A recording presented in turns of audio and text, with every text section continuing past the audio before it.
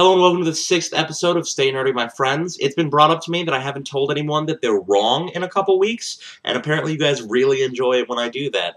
Some of you, anyway, because we've gotten a lot of emails like, Sean, why haven't you told any of us that we're wrong in a long time? So, whatever. I'm perfectly happy to tell people that they're wrong. I actually love it. It makes me feel warm inside. Anyway, as you can see, I'm on my high-definition camera now, and it's widescreen, so you can see more of my room. You can see one of my bookcases and all four of my whiteboards. Those two are going to be hung up soon. Don't worry about it. Don't worry about it. Anyway, so in today's episode, we're going to be talking about meteors and what causes seasons, and why most of you are wrong about both of them. Okay, so the first thing that we're going to talk about is what causes seasons, and the main misconception that most people have, in fact, a study recently conducted said that 98% of Americans think that what causes seasons is because Earth's orbit is elliptical. They think that when the Earth is further away from the sun, that's what causes winter, and when it's closer, it causes summer. Well, that sounds like it makes sense, but it really doesn't, because if you look at it,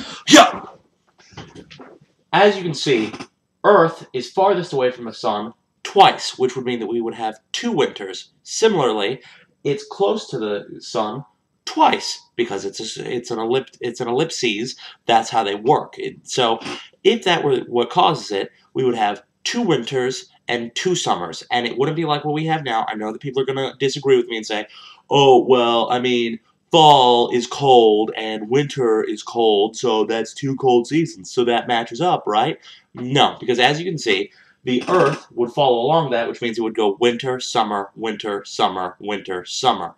And because one orbit around the sun is 1 year, that is complete bollocks. It's not true. That is how the Earth orbits the sun. That is not what causes seasons. What does cause seasons is what's known as the axial tilt of Earth. And let me show you. Similarly, the reason why why that can't be true is because when it's summer here in America, it's winter down in Australia, so that's what makes that reason complete just crap. Here is the real reason. As you can see, we have 2 versions of the Earth. This is at 2 separate times of year. Side A is, let's say, the side with Australia, and let's say that side B is the side with America. So as you can see here, obviously this is our sun, round, whatever. So here it would be winter in Australia, but summer in America. Whereas here it would be summer in Australia and winter in America. Now the reason why this happens is because Earth isn't, it doesn't go straight around its axis all the time. It tilts. That's what this little bar going through it is. That's what that's meant to represent. So because of that, that's what gives us seasons. And what causes seasons is the temperature of that particular area is caused by it facing the sun more. And that's what the tilt does. Because it's tilted towards the sun, the day is longer, so there's more exposure to the sun, which means the temperatures are higher, and that's what causes the season. Similarly, when it's in winter, that part of the planet is tilted away from the sun, which means that there's less time exposed to the sun, more time facing outer space, I guess.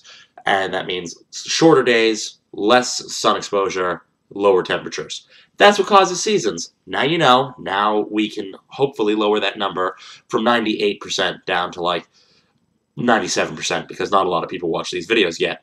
Share it with your friends so that they know. So the other thing I want to talk about is meteors. And from the time I was a little kid, and I'm sure that it was the same with you, because a lot of the people who are watching this are people who I grew up with, and you guys were in the same classes as me, so you definitely heard the same thing. From the time we were kids, we were taught that the reason why meteors glow when they, shooting stars, the reason why that happens is because of the friction of the air moving along it, because it's moving so fast that the friction causes so much heat that it glows. And that's really not right. Like, I hate to say it, but that's just plain wrong. What actually happens is when the meteor enters Earth's atmosphere, it traps the air that's in front of it, and the air can't go anywhere because the meteor is moving so fast. And the reason why it gets hot is because the pressure from the meteor and the pressure from the atmosphere is so intense that it heats that air up and it burn, and that's what's causing the meteor to glow. The other thing I want to talk, this is the same sort of thing when you step on ice. The reason why ice is slippery, it's not because ice itself is slippery. The reason why it seems slippery is because when you step on it, just the pressure from your weight on the ice is enough to melt just the very top layer of the ice and cause a micro-thin layer of water between you and the ice, and that's what causes you to slip. It's the same thing. It's the same idea between the meteor and the atmosphere. It's the same thing as your boot in the ice. Boom. That's what happens. Another thing I want to talk about, it's still having to do with meteors, is that when they hit the ground, in movies, when a meteor hits the ground, it's smoldering and it's super hot and someone is dumb enough to touch it and they're like, oh my god, and their arm burns off and it's melted and it's so terrible. That's complete crap, and here's why. Most meteorites are actually freezing fracking cold, and actually a lot of them will have a layer of frost, and the reason why is because they're out in space and they're freezing cold. And then when they come into Earth, a lot of people are like, oh, well, because it was frozen, but because of the heat from what we just talked about, it's super hot now, right? No. And the reason why is because all of that intense heat, that's only enough to melt, like, the very top layer of the meteor. The rest of it is perfectly fine. It's still cold. Now, so that is completely wrong. I'm sorry, Hollywood, but it's another thing that you got wrong, and I hate that. Thank you for watching this episode of Stay Nerdy, my friends. Like this video, share it with your friends, share it with people that you don't even like, share it with your enemies, share it with people that you see on the bus. Just be like, hey, have you seen this show, Stay Nerdy, my friends? It's got this really handsome guy. He's really smart, and he has amazing hair. Just check it out. I don't know, maybe, and then you guys can talk about it, and then you just made a new friend, and I got more views on my videos. I love that.